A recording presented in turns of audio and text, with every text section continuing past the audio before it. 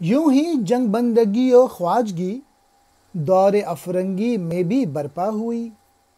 روس کا قلب و جگر خوں ہو گیا، اس کے سینے سے اٹھا طوفان لا۔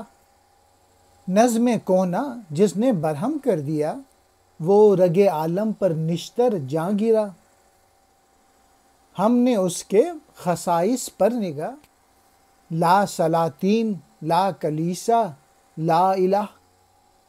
فکر لا کی آندھیوں میں کھو گیا، جادۂ اللہ سے گم گشتہ رہا۔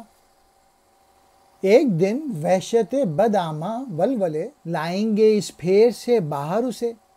زندگی لا میں نہیں پاتی ثبات، سوئے اللہ گامزن ہے کائنات۔ لا و الا ساز و برگ امتاں، نفی بے اثبات مرگ امتاں۔ اس طرح تو دیکھتا ہے کہ ہندوستان میں انگریزوں کے دور میں بھی غلامی نے آقائی سے جنگ کی ہے۔ جب روس کے قلب و جگر خوں ہو گئے تو اس کے ضمیر سے حرف لا باہر نکلا۔ اس حرف لا سے اس نے پرانے نظام کو درہم برہم کر کے رکھ دیا۔ اس نے دنیا کی رگ پر تیز نشتر چلائے۔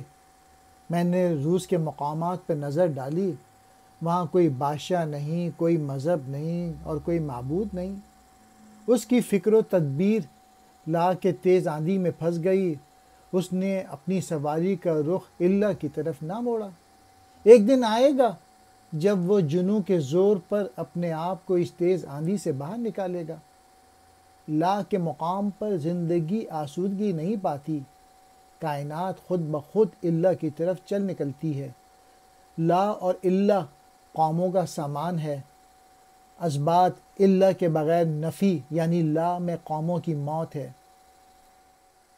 ساز و بر کہتے ہیں سامان کو، اسباب کو۔ امتہ امت کی جمع قومیں۔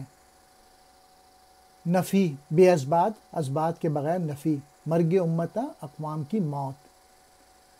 جنون کہتے ہیں پاگل پن کو۔ تندباد طوفان۔ فکر کہتے ہیں سوچ کو، حکمت کو، تدبیر کو۔